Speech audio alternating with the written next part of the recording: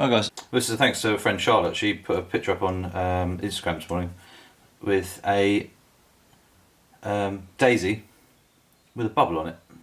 So I thought, do you know what, this would be quite good. And she's already written saying, I thought you might like this. So let's there we go.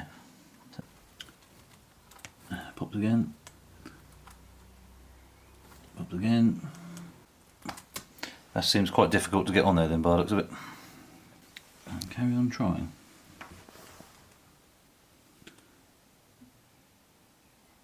Bugger.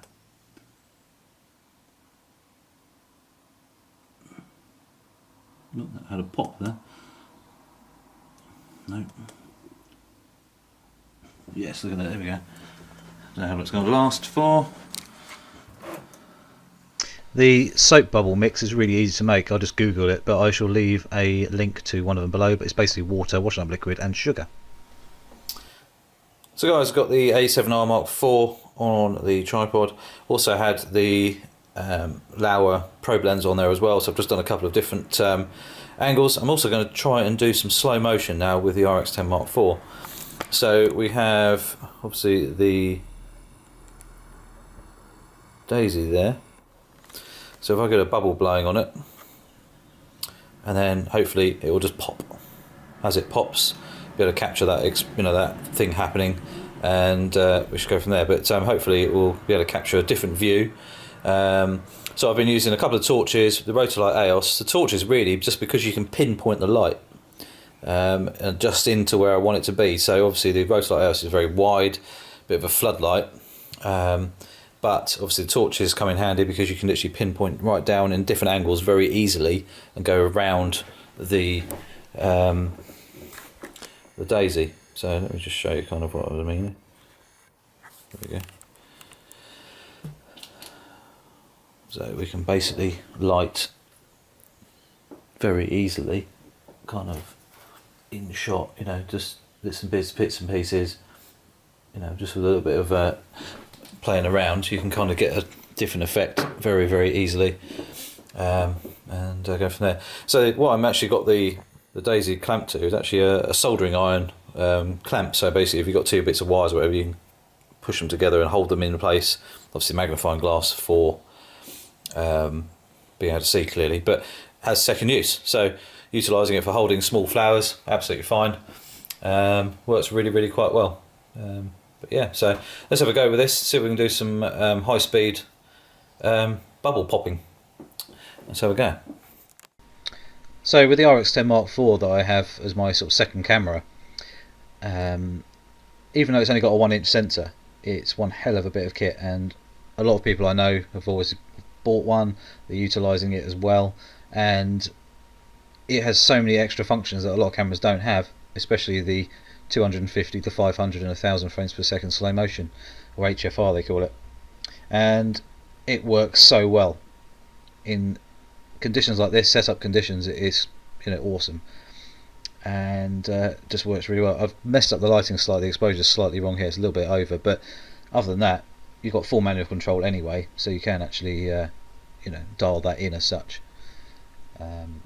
But as you can see here, it's all slowed down nicely. We're at 250 frames per second at the moment, so it's not all that fast of a frame rate, but then I move it to 500th of a second, so slow down twice again, and as you can see it's a little bit more interesting, and I do push it to 1000 frames per second, but obviously unfortunately as you move up the frame rate you're reducing quality, so it's one of those things, just a bit of give and take. So generally I shoot sort of 250 or 500 frames per second generally, but there's always 1000 is there if you want to try it out and just see what's what. So it does work quite well, and it's just one of those things that you've got it there if you want to use it. So this is quite cool, just bouncing bubbles around off each other, and unfortunately one stuck to it and kind of ruined what I was trying to do, but it didn't matter. It's like I say, it's all about experimentation, have fun. If you get something amazing at the end of it, it's been worthwhile. If not, you've probably learnt something on the way through. I certainly learnt a few things. It's actually quite difficult to get a bubble to stick to a daisy until it's actually got water vapour or bubble mix kind of stuck to the petals itself, and then it's not too bad after that. As you can see there, this is a 1000 frames per second. That's kind of cool. And then I think the last one is 1000 frames per second. This one's 1000 frames per second. You can see that up on the right hand side there, the way all the liquid's moving, the colours are sort of changing. It's absolutely awesome. And it just works really nicely. And I just thought it's so interesting to see things like this, because you can't see something that's happened within less than a second.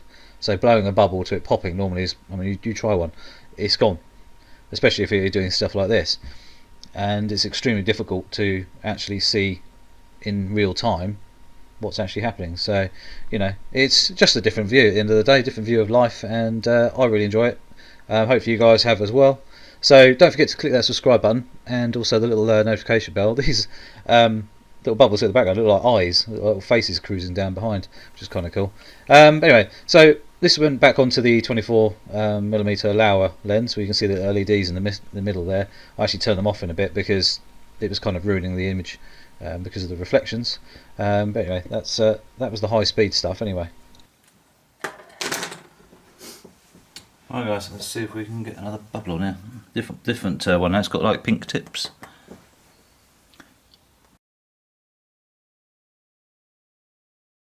Water droplets are quite cool. Oh, we've got a little one there. And explosion again. So it is a case of perseverance. You basically have to keep trying different angles, different magnifications, different amounts of lighting, changing your angle of lighting. That's what I was doing with the torch, moving it around the back, around the front, trying to get where the colour was the most prominent.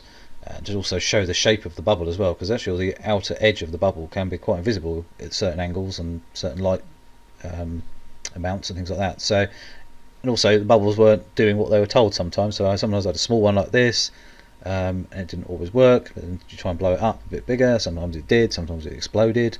Then you get a good one. Then you think, oh no, it's popped again. I probably blew a couple of hundred bubbles to get this. I mean, you haven't seen half of this, but you can see inside this shot here the vapor inside, the bubbles and everything like that. But it was kind of working really quite well. And having the camera on the slider, especially with this lens on, I could actually experiment more, moving the camera in and out, especially with that probe lens, because you can go really close, really close, and it just works really quite well sometimes. Obviously the 90mm macro lens works brilliantly as well.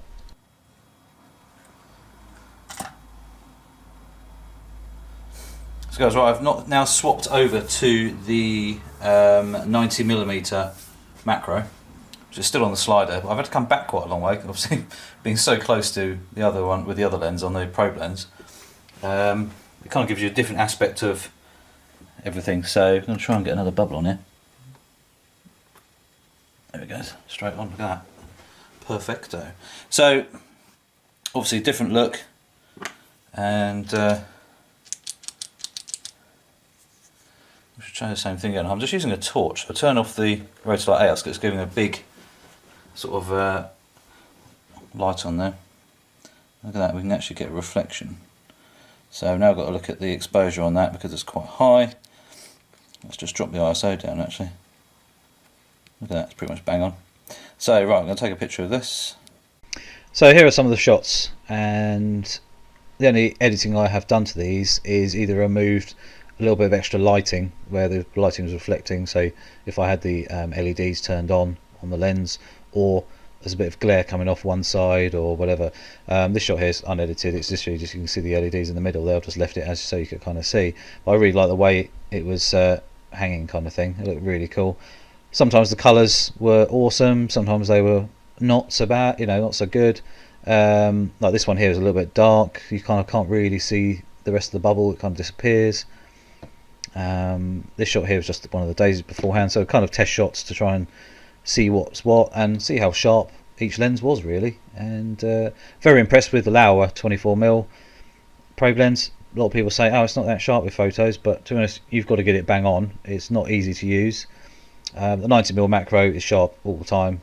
You've just got to make sure, especially with macro photography, you're shooting up sort of f13-ish, that sort of area, to get the depth and to get the depth in the shot that you're getting. If you shoot f2.8 and you're very close to something, your depth of field is so shallow, everything looks soft. So it's not necessarily soft, just out of focus. So there's there's a lot of differences in that. Like this shot here, really cool, turned out really well. The little dots, actually, I thought were dirt. It's actually the colour of the reflection in the liquid as well. This shot here is the last one, and basically I just blew a load of bubbles at the last daisy, right, the last bit, and it just went sort of like frog spawn kind of style.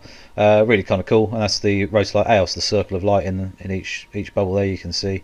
So yeah, it's a bit of fun really, guys. It turned out really well, very pleased, and thanks again Charlotte for the idea, or her daughter maybe, Rosie. And yeah, just keep experimenting, guys. If you're messing around with macro lenses at the moment, or even just a normal lens, you don't need a macro lens to do this so much. You could just mess around and keep snapping. You can even use a mobile phone. It's not a problem.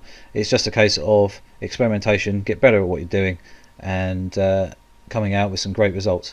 So don't forget to click the subscribe button, click the little notification bell, and also check out some other videos, especially the macro lens I've been messing around with, and I shall see you soon.